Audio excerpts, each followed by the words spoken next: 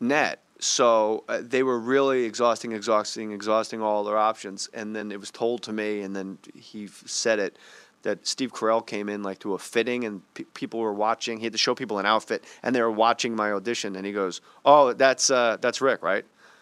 And they were that's like, great. Well, he came in. He goes, "No, that's Rick. Like let's not. This is stupid. That's Rick." Rick the Implausible. His name, how awesome I'm a comedy is that? magician. That's horrible.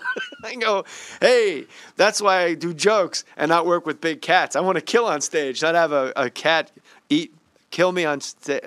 Who are your scenes with? Carell, Carey, and Buscemi, What all a of them. blast, and man. my partner was this German comic, Michael Herbig, who was so famous. His name is Bully. I heard you talk about this, right? This kid was so famous in Las Vegas, Germans would lock their brakes on the streets and walk past Jim Carrey to go, "Bully, Kugelschreiber, hey, Bully." And I was like, and we're all looking at you like, oh, you're the most famous you're more famous than Hasselhoff, bro. And he was delightful and funny. And as the movie goes on, he has more and more scratches and he's missing fingers because his cats keep attacking him. Great. And they're like, Steve Carell's like, "What happened to you?" He goes, "One of my cats has been getting a little bitey lately. I went on a date, and if I leave them alone too long, they get jealous." That's all. So it's really funny. They give him a big funny When's it hand on my coming mustache. out? I have no idea. But it's really funny. But Gandolfini is in it as the owner of the casino. And he's very funny. He has really funny scenes. And when you read it and see him at the table read, he's in his office and there's like two paintings on the wall. And one's like scribble and says like, "I love you, Daddy." And one's like a Rothko. And he goes, "That's a Rothko. This is some shit my fucking kid made." It's like hysterical. Like, that's some and they're like, "Who's that?" Like, that's some shit my kid made. But that's a Rothko. But when you meet Gandolfini, there is a fucking perimeter around this guy. And it is, I think he had it pre-Soprano.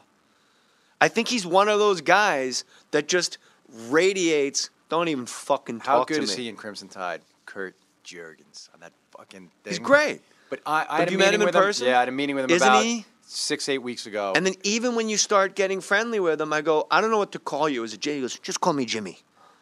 And I go, "All right, Jim." He goes, "Or Jim."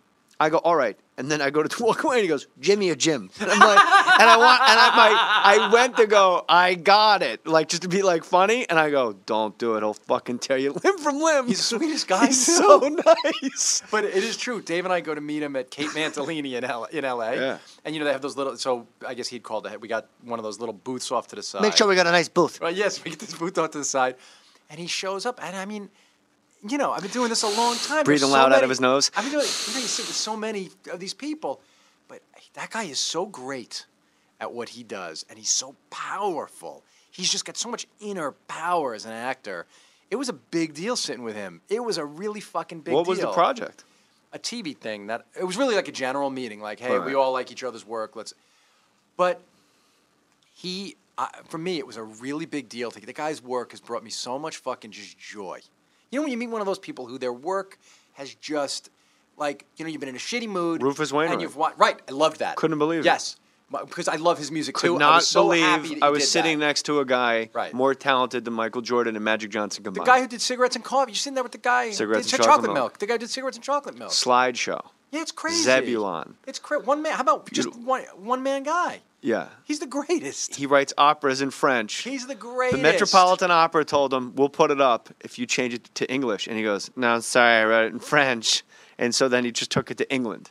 Like, that's balls to go, "I'm not changing my opera for the Metropolitan Opera House." So Gandolfini has brought me so much fucking joy, not just in The Sopranos, but in so many roles. That sitting with him, I have this sense of real like gratitude. Like it was like, and then he is what you hope, which is he's as sweet as could be.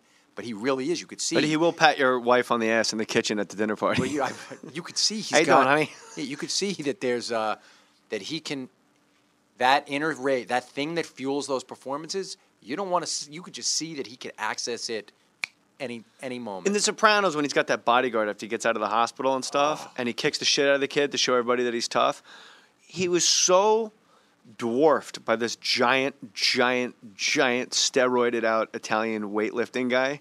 And the fact that he kicked the living shit out of him. Yeah, it was crazy. And it was completely believable. It was crazy. That's how much it was inside. Going back to a theater story. How good was that guy the next day? Then when he's driving him, Hey, and how he's you all doing, fucked up. Hey, how you doing, Tony? Oh man. That's a good guy, a good soldier, yeah, right? Great soldier.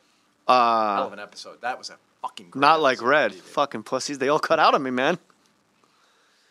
The Ice Storm I saw in a theater with Barry Katz. This movie's powerful, man. It's a great movie. Incredible. That should have won every Oscar that year. Agreed. Rick Moody, fucking James Schamus wrote the script. Ang Lee, Elijah Wood is amazing in that movie. Tobey And no Maguire. talking. Oh my god! Like everyone's super uncomfortable without talking. Don't to each spoil other. the movie, but the end of that movie is just astonishing. Well, I'm about to ruin the end of the movie. No, don't ruin it. It's the whole story, is Okay, what I'm fine, about to say. ruin it. Bruce Smirnoff is a very funny. Turn this off and watch the movie and come back right now to the podcast. And we're back. So now you know what happened. Bruce Smirnoff has he still has like a bit of a Jew fro. He's like 6'6". With the Jew fro, he's like 6'8", ostrich-esque looking man. And he's very funny, comic. And me, him, and Barry Katz are watching this movie in Beverly Hills, and that fucking kid gets electrocuted, and your child is just getting electrocuted. And it's like the most beautiful.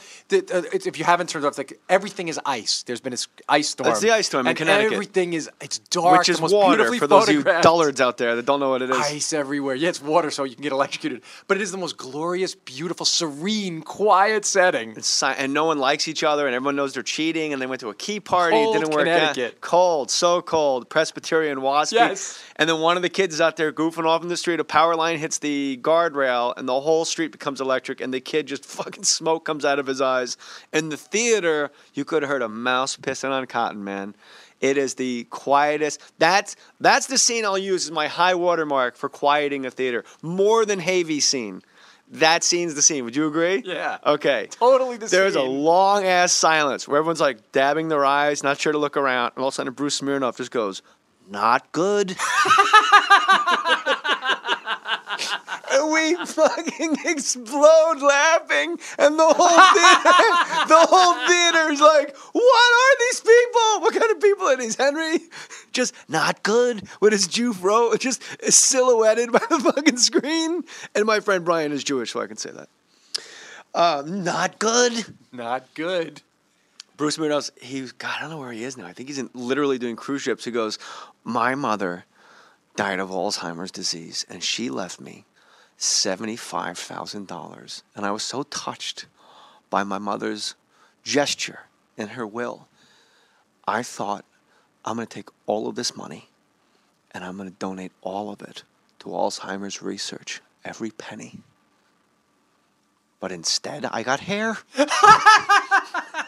And he's got like a bunch of huge cards on an easel, and he shows his first headshot. He's got the giant fro, and then he goes, "I got hair," and it's his new headshot with his new hair. He's incredible. Wow. Instead, I got hair. That's great. I moved to Hollywood. Does he still I thought work? it'd be artsy. He's like off the charts. He's like someplace just getting paid in the ocean. He's probably in Puerto Rico with Anthony Mackie. He goes, no. He goes, "I moved to Hollywood. I figure it's artsy fartsy. I'm at Pollo Loco. There's a glass wall. I look out on the street. A man's getting murdered. Dinner and a show. It's gunsy knivesy. Everything's delivered like this. Gunsy Knivesy. It's gunsy knivesy." Bruce Smirnoff. He sounds just hilarious. And he knows more about the Yankees than Brian Cashman. He's the guy like 4 years before the call-up goes, "What about Ricky LaD?" Like he comes up to me at the Laugh Factory. "What about this kid Ricky LaD? He's killing Binghamton. They can't get him out, babe. They can't. He's a tough out." I gotta go see some of You'll this guy's. love him. He's so You gotta funny. get him on your podcast. I would love to. We can't find them. Once he called me and he goes, "I'm doing cruise ships. They're old. They're Jewish. They love me. They can't go anywhere. They can't get out, even if they hate the show." All right, so Runner comes out next year. In the meantime, I implore you. Yes, sir. I implore everyone listening to go to jmohr.com, hit that Amazon link, and buy Somebody, Solitary Man, starring Michael Douglas. This is a really good movie done by a really good guy, and Koppelman got to direct that one. They put you in the big boy chair. Yeah. The chair that says director. Hey, look at Mr. Big Shot. Yeah, Mr. Leibler. What's the hardest part about directing? Probably the hours? Every part of it is.